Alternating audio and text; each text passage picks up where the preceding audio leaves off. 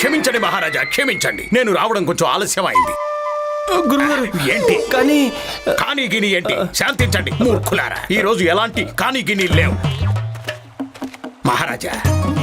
మహారాజా నేను పోటీదారుల్లో ధైర్యం నింపడం కోసం ఒక నిర్ణయం తీసుకున్నాను. ఎలాంటి నిర్ణయం గురుదేవా? మహర్షి విద్యాధరుడు ఏ పనిని పోటీదారులకు చెప్తాడో ముందుగా ఆ పని నేనే చేసి చూపిస్తాను.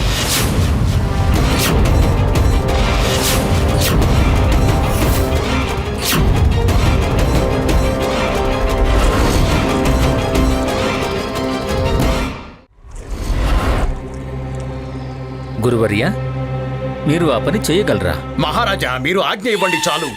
మహారాజా నేను యోగా చేస్తాను, వ్యాయామం చేస్తాను. యోగా చేయటం వల్ల నా లోపల స్ఫూర్తి ఉంది. నా శరీరం ఒక నవ యువకుని కంటే తక్కువేమీ కాదు మహారాజా. సరే గురువర్య, కానీ ఈ రోజు కానీ గీనీలొద్దు మహారాజా. గురుదేవా మీరు మీరు నోరు మూసుకుంటారా? నేను మహారాజుల వారితో మాట్లాడుతున్నాను. మీరేం బెంగపడకండి మహారాజా. సరే నా సంగతి వదిలేయండి మహారాజా. పోటీదారుల గురించి ఆలోచించండి మహారాజా.